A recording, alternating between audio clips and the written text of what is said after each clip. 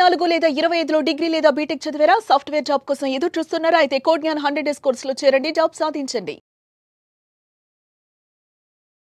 Welcome to Suman TV. నేను మీ Suman TV Nag. Kukatpalli హత్య కేసుకు సంబంధించినటువంటి వాటిలో ఒక కీలక అప్డేట్ ఇప్పుడు బయటికి రావడం జరిగింది. అయితే వినగానే కొంచెం షాకింగ్ కూడా గురయ్యేలాగానే ఉందన్నమాట. ఎలా కూడా చేస్తారో 15 ఏళ్ల బాలుడు అనేటువంటి దాని మీద అయితే భిన్నాభిప్రాయాలు వ్యక్తపరుస్తూ ఉన్నారు. వాళ్ళ నెట్టింట్లో అయినా సరే, ఇంట్లో అయినా సరే.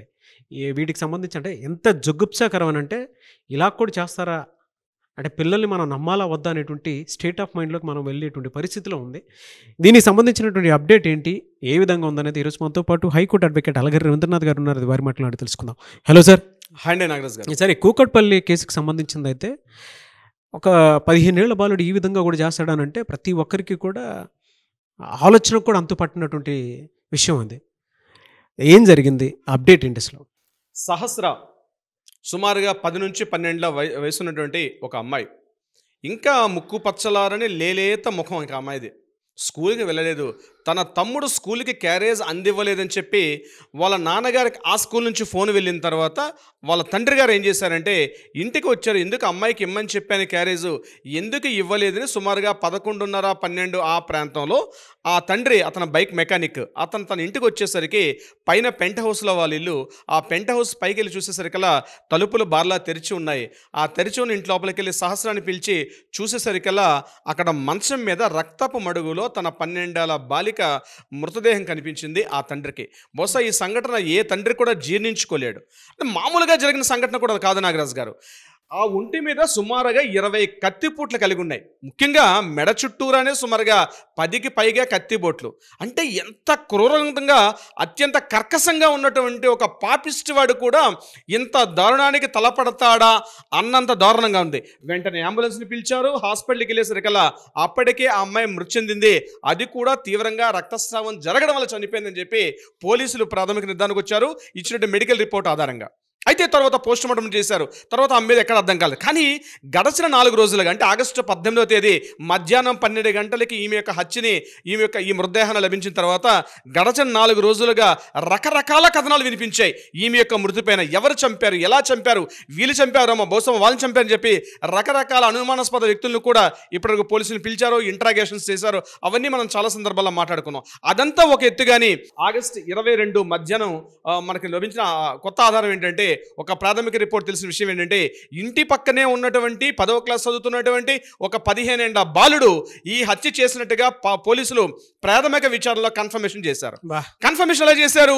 ఈ అబ్బాయి కాస్త అనుమానాస్పదంగా తిరుగుతున్నాడు అని చెప్పి ఆ ఇంటి పక్కనే ఉన్నటువంటి సాఫ్ట్వేర్ ఉద్యోగి ఇతను కాస్త పరిశీలించి ఆ అబ్బాయి యొక్క ప్రవర్తనలో కాస్త మార్పులు గమనించడంతో ఇతన్ని కూడా సస్పెక్ట్ చేయొచ్చున్నప్పుడు పోలీసు ఇమీడియట్గా తీసి పిలుచుకొని అతన్ని కాస్త పోలీసుల స్థాయిలో విచారణ చేసేటప్పటికీ రకరకాల, అంటే అర్థం లేనటువంటి రకరకాల ఆన్సర్లు చెప్తున్నప్పుడు అప్పుడు గుర్తించి ఇంటికి సెర్చ్ ఆపరేషన్కి వెళ్ళారు. సెర్చ్ ఆపరేషన్కి ఇంటికి వెళ్ళేసరికల్లా ఆ అబ్బాయి, ముఖ్యంగా 10th క్లాస్ పిల్లలు ఏం చేసుకుంటారు, హోంవర్క్లు రాసుకున్నటువంటి పుస్తకాలు ఉంటాయి. ఆ హోంవర్క్స్ రాసుకున్న పుస్తకాల్లో ఒక డబల్ రోల్ ఉంటుంది. ఒక బుక్లో కొన్ని అక్షరాలు రాసి ఉన్నాయి. ఆ అబ్బాయి పెన్సిల్తో రాసినటువంటి కొన్ని రిటర్న్ వర్డ్స్ కనిపించాయి. ఆ రిటర్న్ స్టేట్మెంట్స్ నేను మీకు చెప్తాను, ఇప్పుడు చదివి వినిపించే ప్రయత్నం చేస్తాను. దాని ద్వారా ఆ అబ్బాయి యొక్క మానసిక స్థాయి ఎలా ఉంటుందో కూడా మనం అర్థం చేసుకోవచ్చు. ఒకసారి చూద్దాం. ఆ లెటర్లో ఇలా రాసింది: first go to home and take gas and A table and next keep at the door and fire, FIOR. అక్కడ కరెక్షన్ చేస్తుంది, బహుశా ఫైర్ అనుకుంటా నేను, అది FIOR. అతను FIRE అని రాయిపోయి FIOR అని బహుశా రాసి ఉండొచ్చు గాక. తర్వాత the gas and keep lock on the gas, next cut with knife. ఇక్కడితో ఒక పారాగ్రాఫ్ సెంటెన్స్ పూర్తయిపోయింది, ఫుల్ స్టాప్ పెట్టేశాడు. చూడండి ఎంత అనుభవజ్ఞుడైతే చేస్తాడో. నెక్స్ట్ సెకండ్ పారాగ్రాఫ్ స్టార్ట్ చేశాడు. ఆ సెకండ్ పారాగ్రాఫ్లో ఏముందంటే, after cutting the lock take money and lock for home, next keep gas on its stage. ఇది ఆ అబ్బాయి రాసినటువంటి ఆ పేపర్ స్టేట్మెంట్ కనిపించింది. ఇది పోలీసులు చూసి చదివి నిర్ఘాంతపోవడం పోలీసుల వంతైంది నాగరాజు గారు. ఇదంతా ఒక పార్ట్. ఈ లెటర్ ఎలా రాశాడు, ఇప్పుడు నేను చదివినటువంటి స్టేట్మెంట్ అంతా ఒక పార్ట్. కానీ కిందన బాటం లైన్లో ఉన్నటువంటి ఆ లైన్ మీకు ఇప్పుడు చెప్తాను, అది నిజంగా నిర్ఘాంతపరిచే స్టేట్మెంటే. ఏం సార్ అది? The machine completed. బా ఇది ఆ అబ్బాయి కింద రాసినటువంటి సుమారుగా మిషన్ కంప్లీటెడ్ అన్నటువంటి స్టేట్మెంట్. అక్కడ పోలీసులకు అర్థం కాని పరిస్థితి ఏంటంటే, ఇది బాగా కరుడుగట్టినటువంటి తీవ్రవాదులు రాసినటువంటి ఇలా రాసిన విధానం. నేను ఎందుకు చెప్తున్నా, ఒక 15 ఏళ్ల కుర్రాడు ఈ స్టేట్మెంట్ రాశాడంటే మనం ఏ స్థాయిలో ఉన్నాం అంటే, ఒక పక్కన బాగా ఎడ్యుకేషన్ డెవలప్ అయింది, కుర్రాడు ఇంగ్లీష్ మీడియం స్కూల్లో చదివిస్తున్నాం, బాగా డెవలప్ అయ్యాడు అనుకోవాలా? లేకపోతే అమెరికాలో మనం ప్రతి వారంగా న్యూస్ చూస్తూ ఉంటాం, వెంటనే చేతిలో గన్ తీసుకొని పక్కన తన పిల్లలకి కాల్పులకు గురి చేసినటువంటి తన సమీప స్టూడెంట్ అని చెప్పి రకరకాల స్టేట్మెంట్స్ మనం పేపర్లో చూస్తూ ఉంటాం. బహుశా అదే ఉండొచ్చా? అంటే మనం దేనికి డెవలప్మెంట్ ఇక్కడ అర్థం చేసుకోండి. ఈ అబ్బాయి రాసిన స్టేట్మెంట్ ఎలా ఉంది. అయితే దీన్ని మరి కాస్త ఆ లెటర్ స్టేట్మెంట్ని మనం వివరించే ప్రయత్నం చేద్దాం. ముందుగా తను ఏదైతే ప్లాన్ చేశాడో దాన్ని మొత్తం 6 స్టెప్స్గా రాశాడు. నేను రాసుకున్న ఆ మొత్తం లెటర్ చదివిన తర్వాత నేను రాసుకున్న స్టెప్స్ మొత్తం 6 స్టేజెస్లో రాసుకున్నాడు ఆయన. ఆ 6 స్టేజెస్ ఏమిటి అంటే, number 1 go to home, number 2 remove lock, number 3 open the door, number 4 take the money, number 5 cut with knife with required, 6th point escape from building. అంటే ఆయన రాసిన పాయింట్స్లో దీన్ని కాస్త మనం డీటెయిల్గా చేసుకుంటే దీన్ని మనం 6 పాయింట్స్గా రాసుకోవచ్చు. అంటే ఈ మర్డర్ చేయాలని ఉద్దేశంతో తను వెళ్ళలేదు, తను రాబరీ చేయాలని వెళ్ళాడు. ఆ సహస్ర ఇంట్లో ఒక 80,000 రూపాయల ఖరీదు చేసే ఒక 80,000 రూపాయల ఒక నగదు ఉన్నట్టుగా తెలుసుకున్నాడు అబ్బాయి. అంటే బహుశా ఇంతకుముందు వచ్చి వెళ్ళాడా లేదంటే పోలీస్ ఇంటరాగేషన్లో తెలియపరిచే ప్రయత్నం చేస్తారు. ఈ అబ్బాయి యాక్చువల్గా ప్రతిరోజు ఈ పిల్లలు వెళ్ళిపోయిన తర్వాత ఆ mother she an lab technician, ఆవిడ జాబ్కి వెళ్ళిపోతుంది, తండ్రి కూడా మెకానిక్ షాప్కి వెళ్ళిపోతాడు, పిల్లలిద్దరు కూడా స్కూల్కి వెళ్ళిపోతారు. సో ఎప్పుడు కూడా హౌస్ లాక్ చేసి ఉంటుంది. ఈ టైంలో ఇంట్లో రాబరీకి వెళ్ళొచ్చు. ఇంట్లో రాబరీకి ఎందుకు వెళ్తారు అంటే, ఆ ఇంట్లో ఎంతో కొంత అమౌంట్ ఉంది అని గుర్తిస్తే వెళ్తాడు. అంటే బహుశా ఆ అబ్బాయి ఆ ఇంట్లో అమౌంట్ ఉన్నట్టుగా తెలిసింది. 80,000 రూపాయల అమౌంట్ని నేను తీసుకున్నానని కూడా పోలీస్ ఇంటరాక్షన్ చెప్పినట్టుగా మనకు కొన్ని వార్తలు కూడా వస్తున్నాయి. అంటే పూజా మందిరం పక్కన కాస్త మొక్కులు కని చెప్పి ఇతరత్ర వీటికని చెప్పి కాస్త పూజలు చేసుకున్నాక ఒక హుండీలో ఒక చిన్న డబ్బీలో ఒక అమౌంట్ వేస్తుంటే అది సుమారుగా 80,000 రూపాయలు ఉన్నట్టుగా తెలిసింది. బహుశా ఇది సహస్ర చెప్పిందా లేకపోతే అంతా కూడా ఫ్రెండ్స్ కాబట్టి చిన్నపిల్లలు ఆడుకున్న వయసు కాబట్టి ఈ అమౌంట్ కొంచెం డిస్కషన్ చేస్తే ఈ అబ్బాయి ఆ అమౌంట్ కోసం వెళ్ళినట్టుగా పోలీసుల ప్రాథమిక విచారణ నిర్ధారణకు వచ్చినట్టుగా తెలుస్తోంది. అందులో ఈ 80,000 రూపాయల అమౌంట్ని ఒక రాబరీ చేయాలనడం కోసం చెప్పి ఒక ప్లాన్ ఆఫ్ యాక్షన్ రాసుకున్నాడు. ఇది ముఖ్యంగా మనం చూస్తుంటాం నాగరాజ్ గారు, ఓటీటీ సినిమాలో ఒక క్రైమ్ యాక్టివిటీ సినిమాలు ఉంటాయి. అందులో ఆ విలన్ కావచ్చు లేకపోతే ఇది ఎలా చేయాలి, ఏ పార్ట్ని టచ్ చేయాలి, ఎలా వెళ్ళని చెప్పి ఒక ఎల్లో కలర్ పింక్ కలర్ మన స్లిప్స్ పేస్ట్ చేసుకుంటూ దాన్ని ఇలా డైల్ చేస్తూ ఉన్నటువంటి చాలా సినిమాలు మనం చూస్తుంటాం. ఈ అబ్బాయి కూడా జస్ట్ 15 ఏళ్ల వయసులో ఇంత మెచ్యూరిటీ కలిగి ఈ రాబరీని చెయ్యాలి అన్న ప్లాన్ ప్రకారం ఆ అబ్బాయి వెళ్ళడం జరిగింది. తీరా వెళ్ళిన తర్వాత ఏం జరిగింది, అక్కడ అనుకోని స్థితిలో అక్కడ సహస్ర కనిపించిన తర్వాత సహస్ర అడ్డుకునే ప్రయత్నం చేసింది.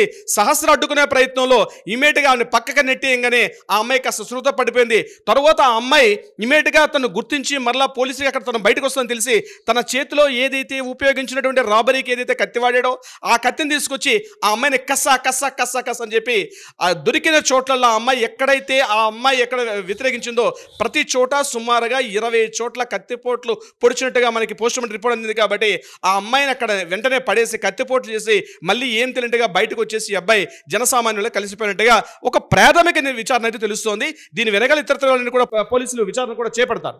అయితే జరిగిన సినారియో మొత్తం చూసినట్లయితే దొరికినటువంటి ఈ క్లిప్పింగ్ అంటే రిటర్న్ స్టేట్మెంట్ ఉన్నటువంటి అబ్బాయి తలకి క్లిప్పింగ్, అదేవిధంగా పోలీస్ ఇంటరాగేషన్లో ఆ అబ్బాయి చెప్పినటువంటి స్టేట్మెంట్స్, ఇవన్నీ మనం కానీ క్రోడీకరణ చూసినట్లయితే ఈ 15 ఏళ్ల కుర్రాడు, ఎందుకంటే మైనర్ బాలుడు కాబట్టి మనం పేరు రివీల్ చేయకూడదు, ఆ అబ్బాయి కూడా పక్కనే ఈ మాత్రం ఇంగ్లీష్ చదువుతున్నాడు అంటే నిజంగా డెఫినెట్గా ఆ అబ్బాయికి ఎంతో కొంత కాస్త ఇంగ్లీష్ పరిజ్ఞానం అయితే బాగానే ఉంది అబ్బాయికి. అంటే ఏదేమైనప్పుడు కూడా ఒక బుక్లో రాసుకొని ఒక ప్లాన్ ప్రకారం ఒక పథక ప్రకారంగా చేయడం అనేది రియల్లీ ఇది మనం డెవలప్ అయింది అనుకోవడం కాదు, అత్యంత ప్రతి తల్లిదండ్రి గుర్తించాల్సిన పరిస్థితి. ఈరోజు ఇది ప్రతి ఒక్క తల్లిదండ్రులు కూడా ఒక చెంప పెట్టు.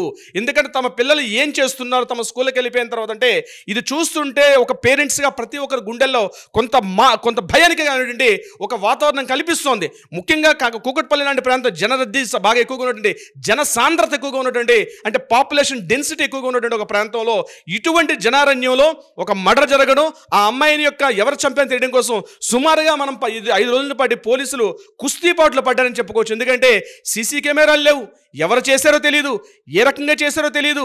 ఈ విచారణకు సుమారుగా ఒక రోజులో తెలియాల్సిన విషయం. అంటే మిగిలిన నుంచి నేను ఎందుకు చెప్తున్నా అంటే, ఇంత జనసాంద్రత కలిగిన ప్రాంతంలోనే పట్టుకోవడానికి 5 రోజులు పడితే మిగిలిన అవుట్స్కట్స్ ఉన్న పరిస్థితి ఏంటి ఎలా ఉంటుంది? ఒక్కసారి అందరూ కూడా, ప్రతి ఒక్కరు కూడా తమ గుండెల మీద చేసుకొని తమ పిల్లలు ఏం చేస్తున్నారు, ఎక్కడికి వెళ్తున్నారో, వాళ్ళ అవసరాలు ఏమిటి, మిగిలిన విషయం నేను కూడా మనం మిగిలిన వీడియో తెలుసుకుందాం. నాగరాజు గారు, బాధాకరం అసలు ఇటువంటి వాటి మీద ఫర్దర్గా మీరు నేనైనా సరే అవేర్నెస్ వీడియోస్ అంటే చట్టాల మీద అవగాహన కూడా కల్పించి ముందుకు వెళ్ళాలని మాత్రం మనస్ఫూర్తిగా కోరుకుంటున్నాను. బట్ ఫర్దర్గా కూడా జరగకూడదు. ఇది చాలా దారుణం, పాశవికం. అసలు మనం ఆటవిక సమాజంలో బతుకుతున్నామా, ఆధునిక సమాజంలో బతుకుతున్నామా అంటే పెద్ద క్వశ్చన్ మార్క్ ఉండేటువంటి సమస్య ఇది. చూద్దాం ఆడియన్స్ ఏ మేరకు దీనికి సంబంధించి వాళ్ళ ఒపీనియన్ షేర్ చేస్తారనేది. Thank you so much Ravindranath garu. Thank you so much Nagaraju గారు.